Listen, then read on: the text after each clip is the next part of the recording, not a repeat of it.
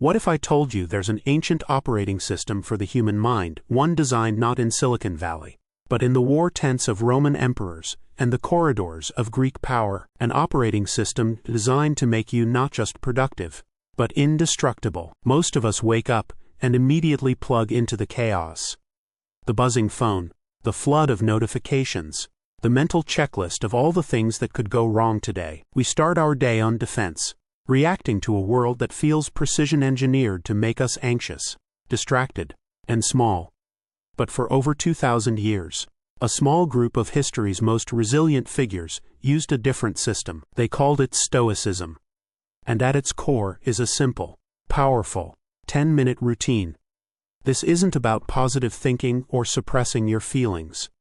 It's about forging a mental fortress. It's the training that allowed Marcus Aurelius to rule an empire through plague and war, Seneca to navigate the deadly politics of Nero's court, and Epictetus to find freedom while living as a slave. They understood a fundamental truth: most of what we fear is a product of our imagination, not our reality.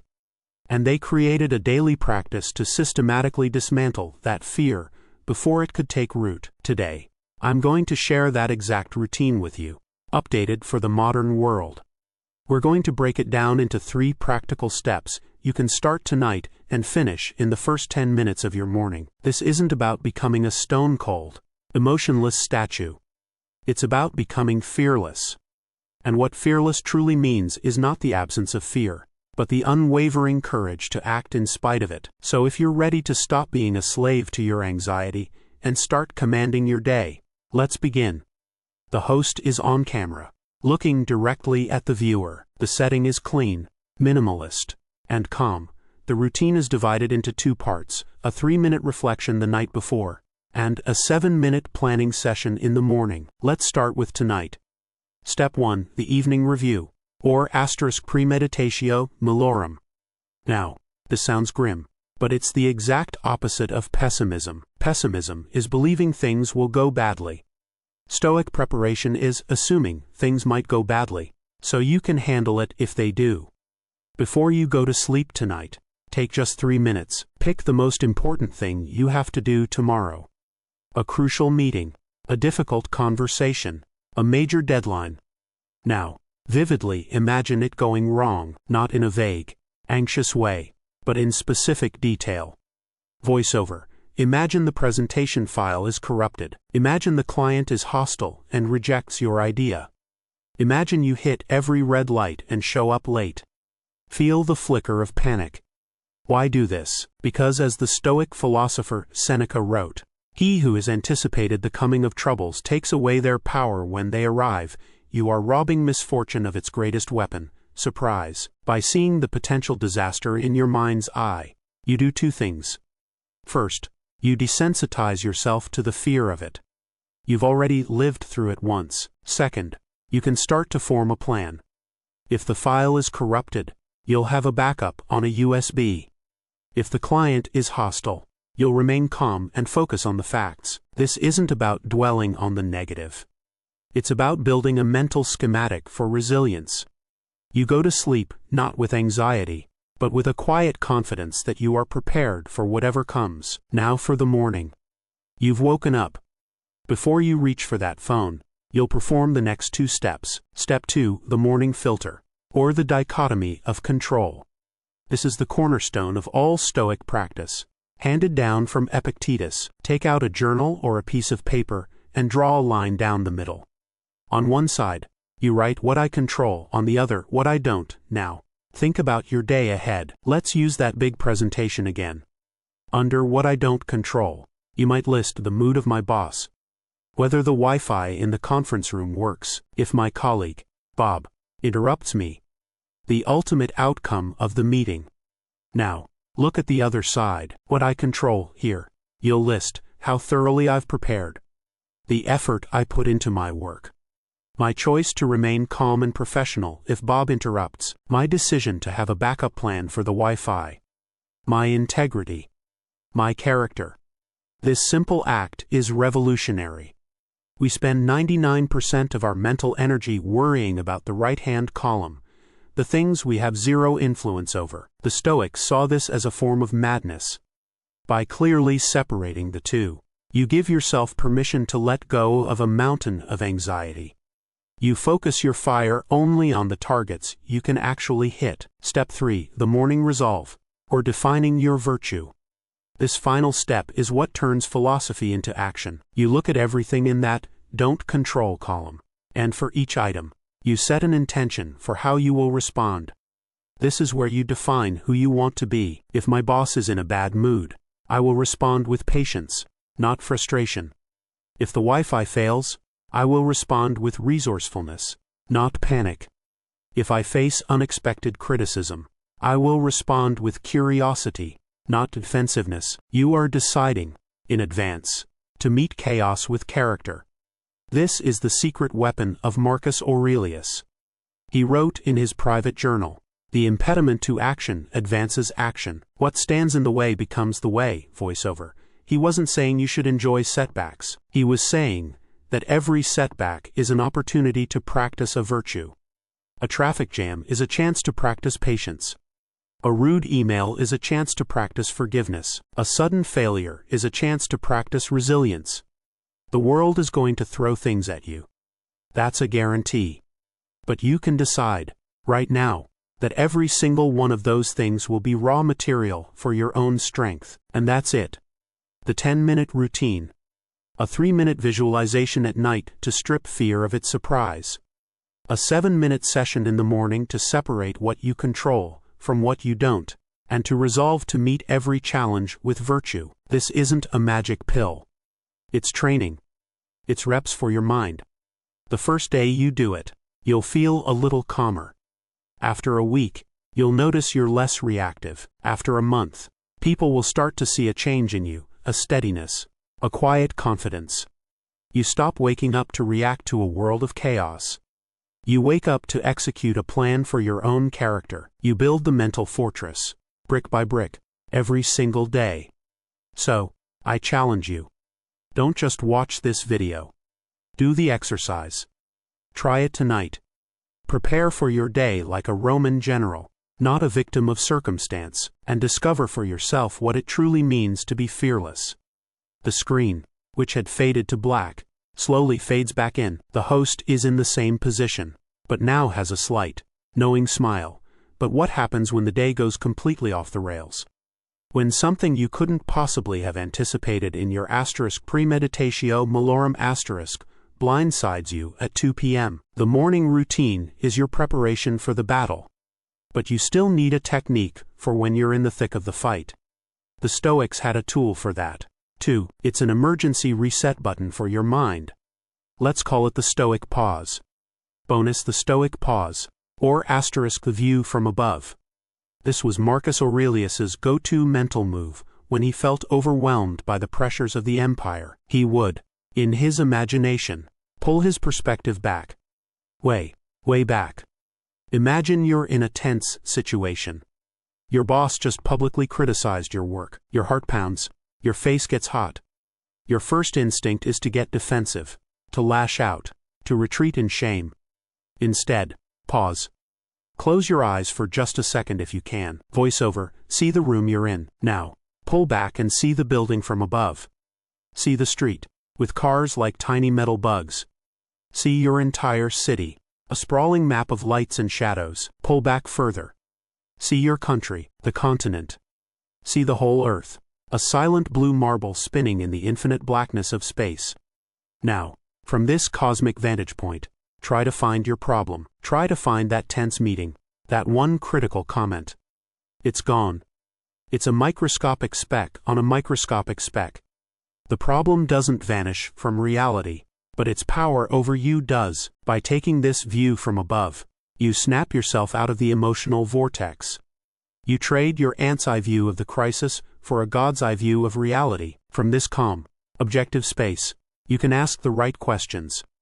Is this criticism truly a personal attack, or is it just poorly delivered feedback? Is this situation a catastrophe, or simply an inconvenience? What would my best self, the one I resolved to be this morning, do right now? The famous Stoic, Cato the Younger, was a master of this. He was a Roman senator, so principled his enemies despised him. Once, in the chaos of the Roman Forum, a political rival spat directly in his face.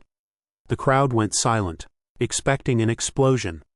Cato didn't even flinch. He simply wiped his face and said, "I will swear to anyone who asks, Lentulus, that I was wrong."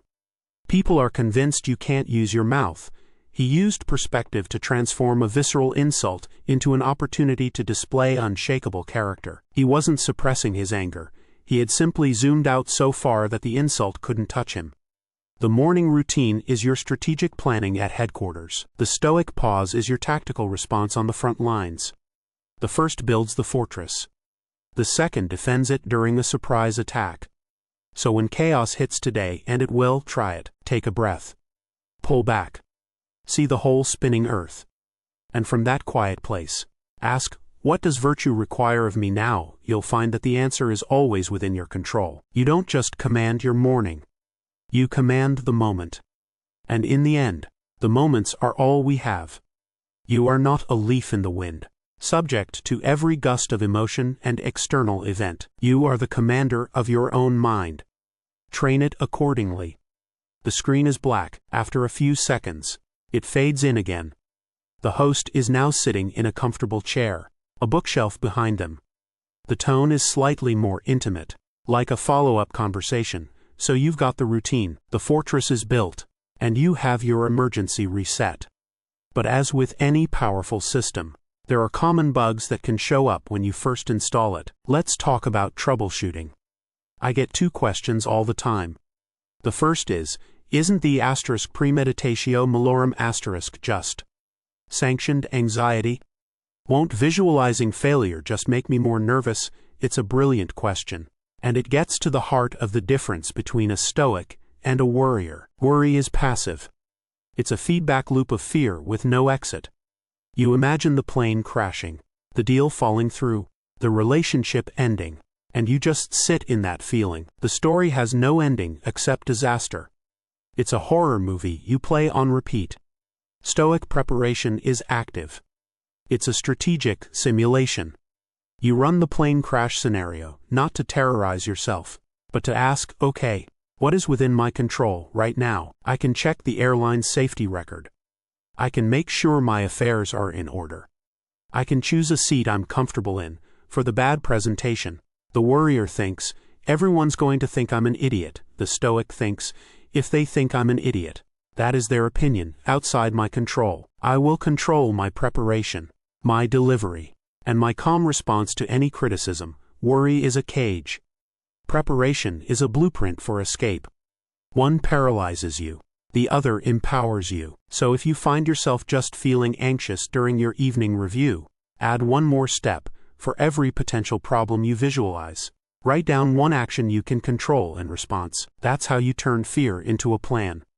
The second question is about step 3, defining your virtue. It can feel a bit abstract. What does respond with patience even mean in the real world? Let's demystify it.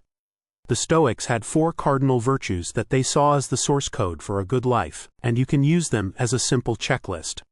1. Wisdom. The ability to see the world clearly and make sound judgments, not about being a genius, but about separating fact from panicked fiction. 2. Courage. Not just physical bravery, but the moral courage to do the right thing, to face difficult conversations, to be honest when it's hard. 3. Justice. This is about fairness and respect for others. It's about seeing the humanity in your colleagues, your clients, even your adversaries. 4. Temperance. This is self-control. The ability to master your desires and your impulses, to not be a slave to anger, greed, or fear. So, when you're setting your morning resolve, you can ask yourself, what does courage demand of me in this meeting? What would be the just and fair way to handle this email? What would a wise person do in this situation? Free from ego and emotion, these virtues become your compass. They turn a vague goal like, be better, into a concrete set of directions for any situation the day throws at you. There's one last piece, a concept so powerful it can feel almost dangerous. The routine we've discussed is about building resilience to what life throws at you. This final idea is about learning to love it, all of it. They called it amor fati *, a love of fate.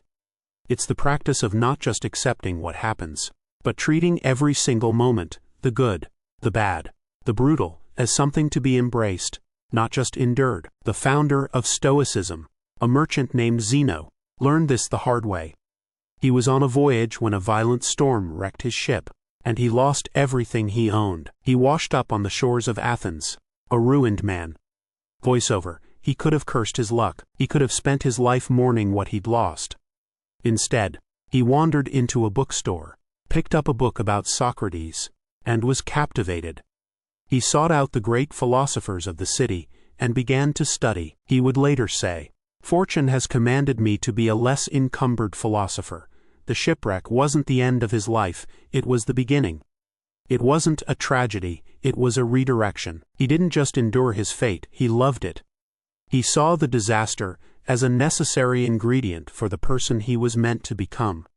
That is amor fati. When you get passed over for a promotion, you say, "Good. This is an opportunity to prove my value or find a place that truly appreciates me." When a relationship ends, you say, "Thank you. This pain is teaching me what I truly need." This isn't about pretending to be happy when things are bad. It's a radical belief that nothing is truly bad, it's all just fuel. It's all material. The 10-minute routine makes you fearless. The Stoic pause makes you unflappable in the moment. And amor fati makes you invincible. Because how can you defeat someone who sees every obstacle, not as a barrier, but as the path itself? You can't. So, go beyond just preparing for your day. Go beyond commanding the moments. Start learning to see the whole, grand, chaotic, and beautiful story of your life, every twist, every turn, every shipwreck, and say, "I wouldn't have it any other way." That is the final step, to go from building a fortress against the world, to realizing you are the world. And it is all working for you. The screen is black. After a few seconds, it fades in. The host is now walking slowly along a path in a quiet, modern park. The sun is low in the sky, casting long shadows. The feel is contemplative, but there's a paradox in building a fortress. If you spend all your time maintaining the walls, you never engage with the world outside. Stoicism isn't about hiding from life, it's about engaging with it more fully, more bravely. And that means dealing with the most unpredictable variable of all, other people. Your routine can prepare you for a difficult meeting. But what about a passive-aggressive comment from a coworker? A thoughtless critique from a loved one? An outright betrayal from a friend? These are the attacks that breach our walls most easily, because they feel personal. The Stoics had a specific protocol for this. They understood that our social world is an arena, and it requires its own kind of armor. The social shield, the art of indifference and goodwill. First, they practiced what's called Hierocles' circle. Imagine a series of concentric circles around you. In the center is your own mind. The next circle is your family. Then friends. Then neighbors. Then your city, your country. And finally, all of humanity. Voiceover. The Stoic duty was to constantly work to pull the outer circles inward, to treat strangers like neighbors, neighbors like friends, and friends like family. This is the practice of sympathia *, the belief that we are all interconnected, all parts of a larger whole. When someone acts with malice or ignorance, a Stoic sees them not as an enemy, but as a wounded part of the same body. As Marcus Aurelius wrote to himself, "When you wake up in the morning, tell yourself, the people I deal with today will be meddling, ungrateful, arrogant, dishonest, jealous and surly. They are like this because they can't tell good from evil." This isn't an excuse for their behavior, it's a diagnosis. You wouldn't get angry at a person for having a broken leg. You wouldn't take it personally if someone with blurry vision couldn't see you clearly. By seeing their actions as a product of their own confusion and pain, you neutralize the personal sting. Their anger is not about you, it is a symptom of their own inner turmoil. This allows you to respond not with equal anger, but with a kind of detached pity or, at its best, a strategic compassion. Your goal isn't to win the argument, it's to maintain your own character in the face of their brokenness. So the next time someone directs negativity your way, try this two-step shield. 1. Mentally state, this is not personal. This is a reflection of their own struggles. 2. Ask yourself the question from your morning resolve, what does virtue, wisdom, courage, justice, temperance require of me right now? Often, the answer is a calm silence, a simple refusal to add your fuel to their fire. You protect your peace not by fighting back, but by simply making it unreachable. There is one final domain to master. The mind has its fortress. The social world has its shield. But what about the body? The Stoics knew that a mind that flinches at the slightest discomfort is a mind that can be easily controlled, so they actively trained their bodies for hardship. The Stoic workout, practicing voluntary discomfort. Seneca would periodically live for a week on nothing but stale bread and water. Other Stoics would sleep on the hard floor, or wear thin clothing in the cold. This wasn't self-punishment. It was a vaccine.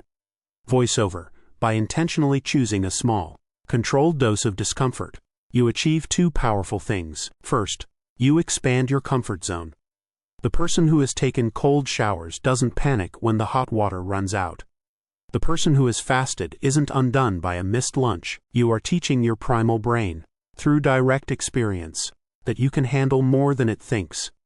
Second, and more importantly, it cultivates gratitude. After sleeping on the floor, your bed feels like a luxury hotel. After a day of fasting, the simplest meal is a feast. You stop taking for granted the comforts that surround you. As Seneca said, it is in times of security that the spirit should be preparing itself for difficult times. You don't have to go to extremes. Start small. This week, take one 30-second cold shower. Skip the sugar in your coffee. The next time you feel a pang of hunger, wait an extra hour before eating, and just sit with the sensation. You are not depriving yourself. You are arming yourself.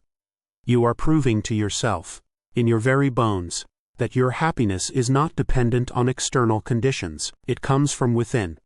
So let's put it all together. The complete system. It starts with the 10-minute routine to build your daily fortress and define your character. It's reinforced by the Stoic pause, your emergency reset in the heat of the moment. The complete system. It starts with the 10-minute routine to build your daily fortress and define your character. It's reinforced by the Stoic pause, your emergence. It's made unbreakable by Amor Fati**. The choice to love whatever happens. You expand its protection into your social life with the shield of goodwill, refusing to let the negativity of others become your own, and you harden the entire structure through the practice of voluntary discomfort, making you physically and mentally resilient. This is the operating system. This is how you move from being a passenger in your own life to being the pilot. Don't just be a philosophical tourist, admiring these ideas from a distance. Be a practitioner. Start tonight. The world will continue to be chaotic. People will continue to be unpredictable. Your circumstances will change.